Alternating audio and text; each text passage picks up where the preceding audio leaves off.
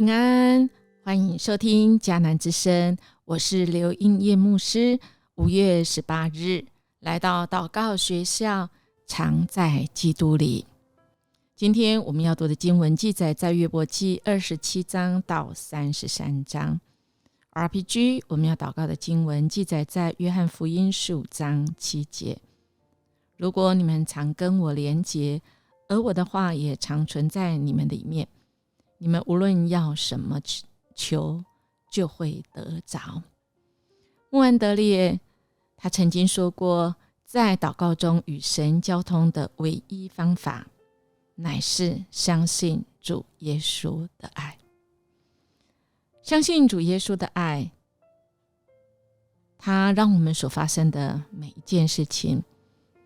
都是因为爱的缘故。即便这样的事情像约伯他所遇到这样子的灾难苦难，都要相信这位上帝，他对他所爱的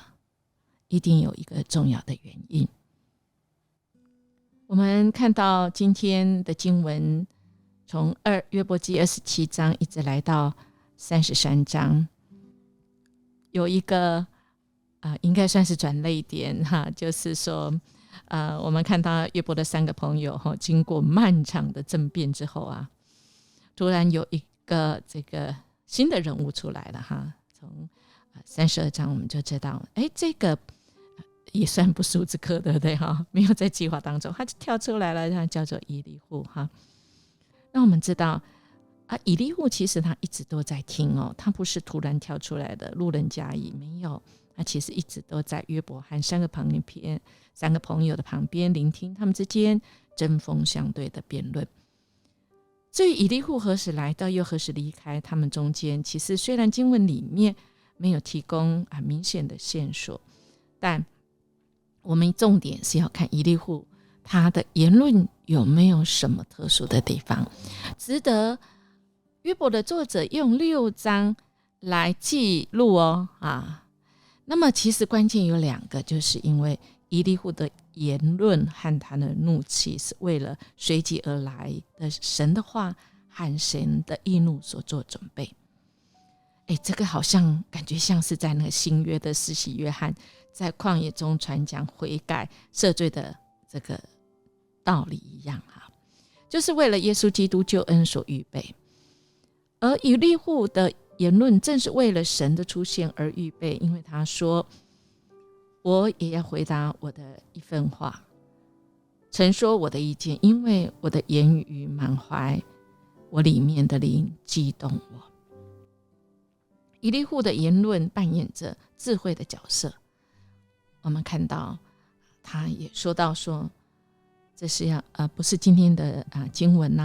是明天的34章的，但是我们可以前后来看到，就是以利户这个人他是一个怎么样子的人，以致我们今天可以有一些了解。他34章2节讲到说，你们智慧人要听我的话，有知识的人要留心听我说。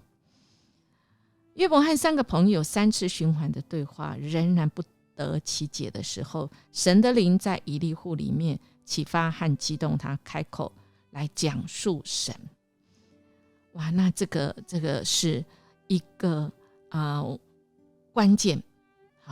一个关键在于今天我们读33章的6到7节，他说，我在神面前与你一样，也是用土造成，我不用威严惊吓你，也不用势力重压你。因此呢，这个以利户他的阐述和思维的逻辑，使得约伯和3个朋友都哑口无言，只能静默。我们看到难得在32章15节就很难得，这3个朋友安静了这是借由以利户智慧的言论，让约伯在3个朋友辩论之后，都几乎被痛苦撕裂的心和激昂的情绪得以安静下来，准备好要聆听神的话。所以亲爱的弟兄姐妹，有时候我们真的不要以为用年轻来论断说什么。以利户知道他自己很年轻，应当礼让长者于是他先专心聆听三个朋友和约伯的对话，只等到他们都不再说话了才向他们表明自己想说的。我们可以知道以利户其实他是一个有礼貌稳重的，他没有急躁的高谈阔论，也没有贸然打断他人的话。同时我们看出他有一个倾听的耳，谦卑的心，愿意先放下自己的见解，以了解其他人的想法为优先考量。所以我们看到说，当他发现三位有人生历练智慧的这些长者不但没有办法说服约伯，也没有公平的对待约伯，从头到尾他们都是认定约伯是顽梗不灵受苦就是得罪神的下场，将约伯丢回给神审判也是罪有应得的而约伯自以为义，认为神变心了，待他不公义，坚持要向法庭提诉审判他的冤案。这种情况不得不让以利户跳出来所以以利户一开始他发言是带着生气的情绪的他是对约伯发怒的因为约伯自以为义，不以神为义，又向约伯的三个朋友发怒，因为他们想不出回答的话来，仍以约伯为有罪的。我们这个如果说我们这个乍看之下我们会觉得以利户他是一个负面的角色但是亲爱的大家，我们千万不要太过主观，认为以利户发怒就一定是不好，立刻贴上负面的标签我们可以知道从以利户的这个例子，我们说他虽然发怒，但他不是这个肆无忌惮的发泄情绪，不是，他是适当的用他的怒气，也就是他没有被怒气所用，而是他是适当用他的怒气来讲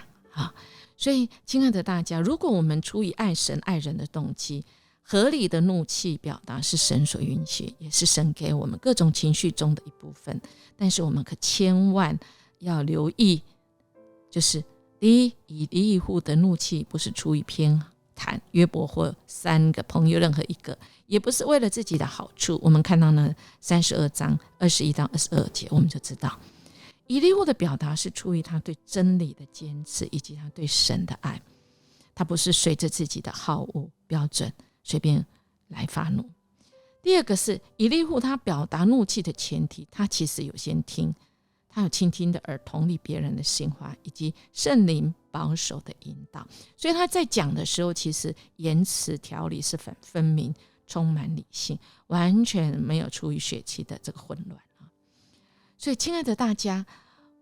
我们从这里我们知道，神爱我们，我们只要相信神的爱，神会调动万有，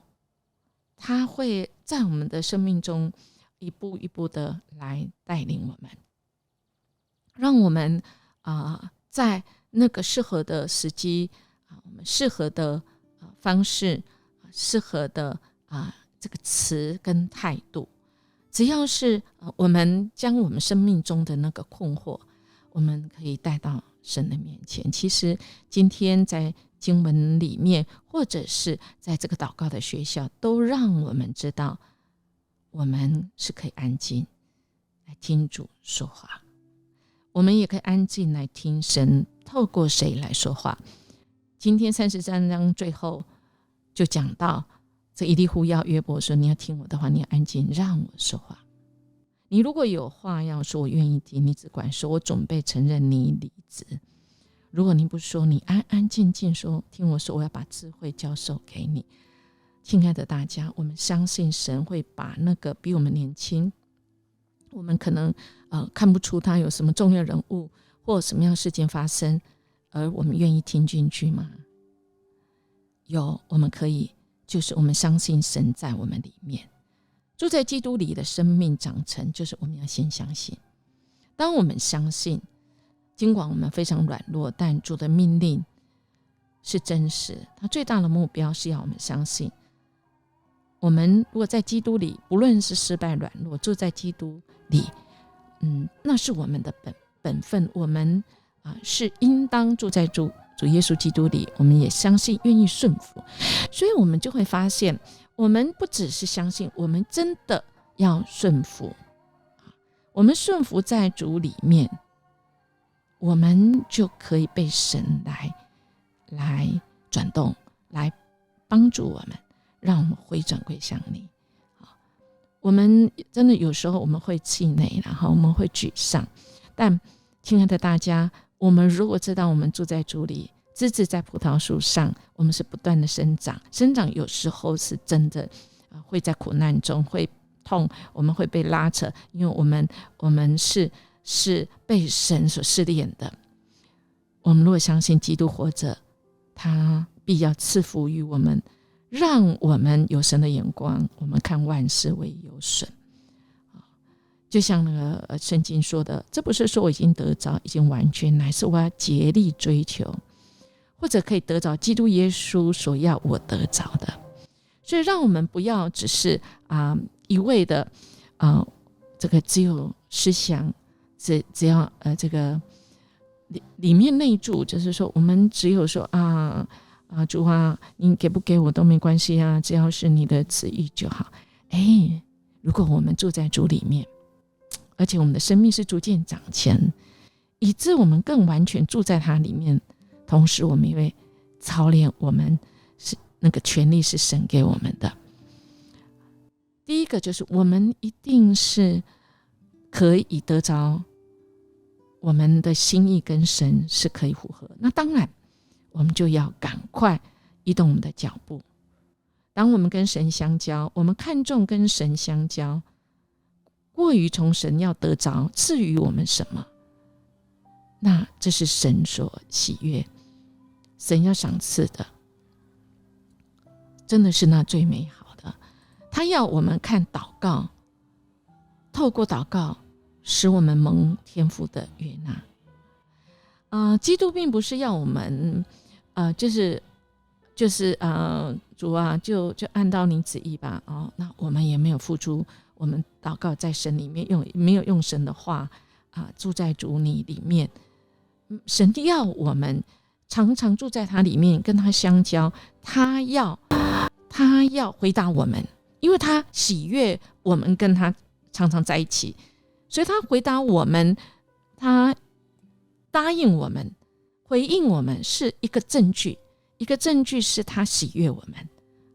他喜悦我们在他面前，我们要成为那个蒙恩的人。所以亲爱的大家，好不好我们要抓住这个在基督里的这个位分上面。神答应我们，我们所求必要成就。第一个我们必要成就的，一定就是我们得着主的心。那么当然我们的心一定要改变，我们要向着神，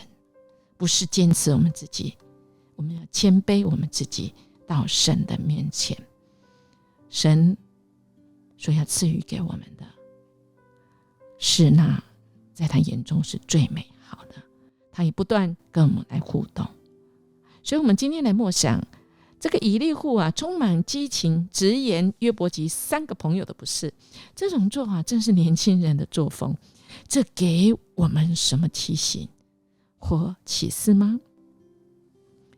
我们一起来祷告。主，我们感谢赞美你，谢谢你一而再再而三教导我们单纯接受你的应许，就是主，你喜悦我们住在你里面，你也住在我们里面。主啊，你是我们的主，你是我们的一切，我要住在你里面，恳求你将你自己赐给我们，让我们成长，得以有你的丰盛。我们唯一的满足不是凭信心努力寻求仰赖你，也不是靠信心安息相信你的保守，乃是主啊，我们是因着